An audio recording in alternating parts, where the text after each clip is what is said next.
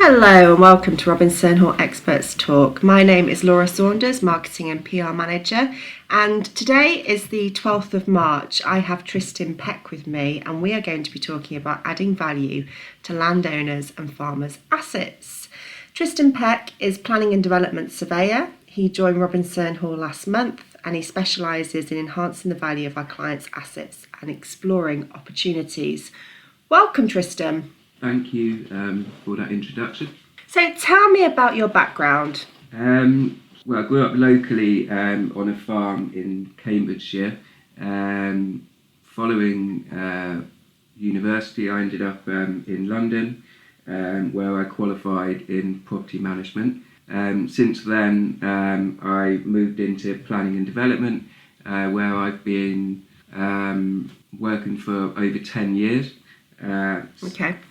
I have had a stint in on the developer side for over 2.5 years working for Balfour Beatty Homes, and since leaving Balfour I've joined Robinson Hall. Great. And your previous role, was that similar to what you're doing now, or? My previous role, I was a land manager, so that included sourcing and buying residential development land ranging from 40 to 150 units. So it's slightly different to what I am doing now, in the sense that today I'm acting for landowners predominantly, whereas before it was acting for the house builder. I actually see that as a positive because I've seen both sides of the fence. So. Yeah, I was just going to say that you kind of, if anything, that means that you can look at it from both parties. Yeah. Previously, when I was working prior to joining Balfour Beatty, I had only obviously seen it from the landowner's side. So when I joined Balfour Beatty, it was it was a steep learning curve, but it was a positive one. Mm-hmm. And it enabled me to look at what developers look out for when looking at residential development sites, the constraints, the planning, and are the houses going to sell at the end of the day? So coming back to the landowner's side, I think it's enlightened me when looking at parcels of land on the edge of settlements or within villages or towns, because I know what to look for, both from a landowner's perspective and a developer's. No, I think that's a real positive. So what advice do you give to landowners and farmers when it comes to adding value to their assets? Planning is fairly subjective, and there is no right or wrong answer. If you think that you've got a parcel of land that sits in the middle of nowhere and has little value, somebody else might actually think it has value.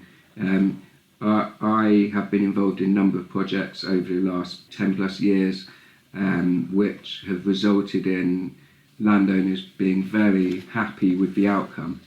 And I've had sites where developers have said no, promoters have said no, one party in particular says yes and they want to take it forward, and over the next 12 to 24 months it materialises into a draft allocation which is eventually sold, and the landowner walks off a very happy man. So I think it's if there is a potential opportunity, you think you might have a piece of land, a barn, whatever it is, pick up the phone and we'll happily come and see you, and then we can take it from there, really.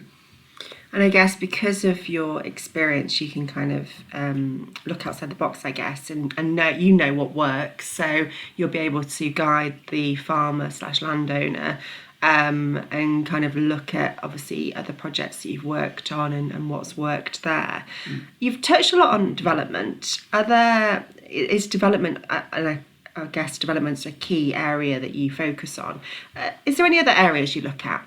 Yes. So when looking at when we arrive at a client's farm, it might be a parcel of land, it might be a barn, it might be replacing an existing dwelling. it really depends on what the client is presenting to us, and we can take it from there. I mean, I've been to barns in the middle of the countryside, which we have, through Class Q, prior approval, got consent to convert to residential, and that's added huge value. There's also opportunities where you can use prior approval to put in agricultural tracts, convert barns to other uses such as industrial, office. So there's multiple avenues out there to explore. It's just a case of understanding what the client's goal is, because every client is different. So some people might be looking to add value with the view to sell. Others might be looking to add value with the opportunity to create a rent roll.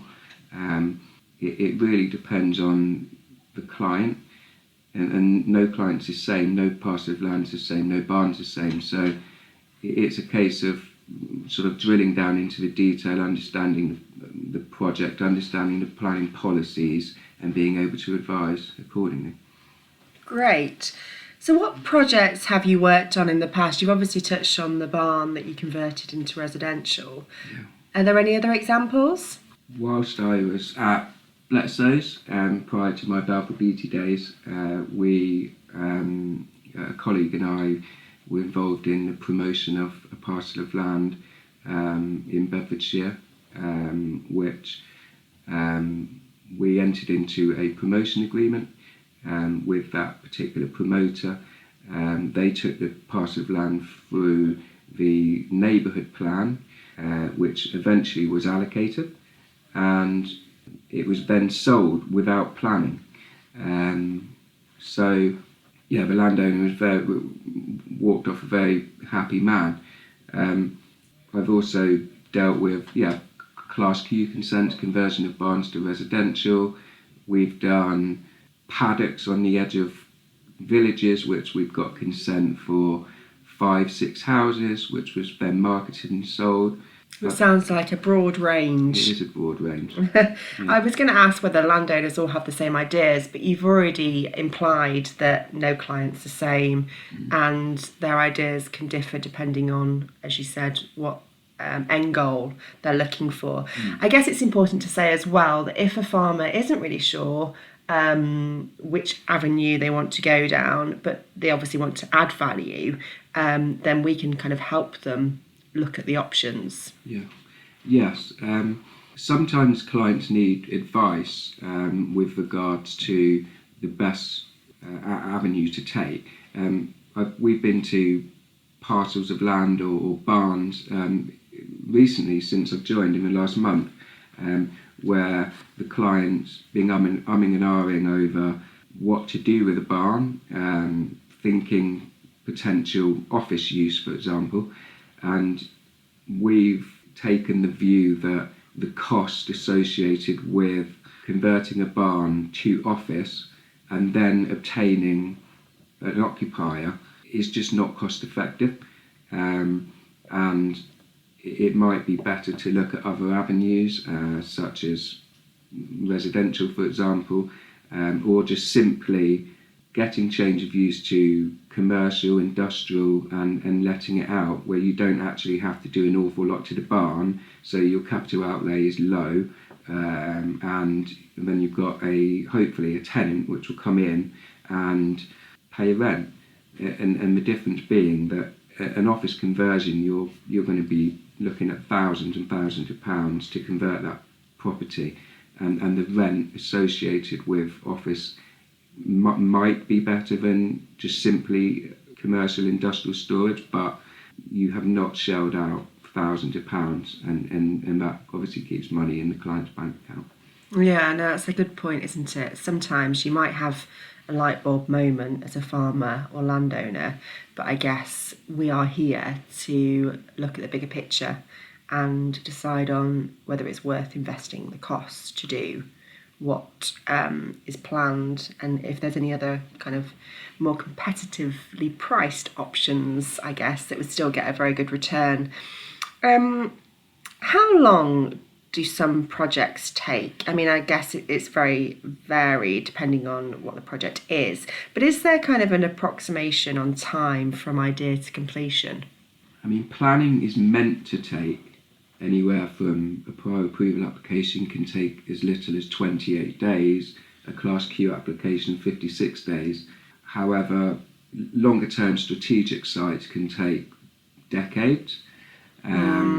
So there is no black and white answer. It purely comes down to what the client wishes to do, what we feel is the best route for the client, and then taking that project forward. If it is a simple change of use, then it could be executed in a matter of months. If it's a strategic parcel of land that needs promoting through the local plan, with a party to sit alongside us if the landowner isn't wanting to put their money forward to promote this site, because planning is an expensive process, then yeah, I mean, they can take anywhere from a few years to decades.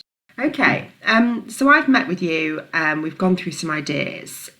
Talk me through the process then. What happens following our initial meeting? Okay, so I will return to the office, review the planning policies, understand exactly what you're looking to achieve.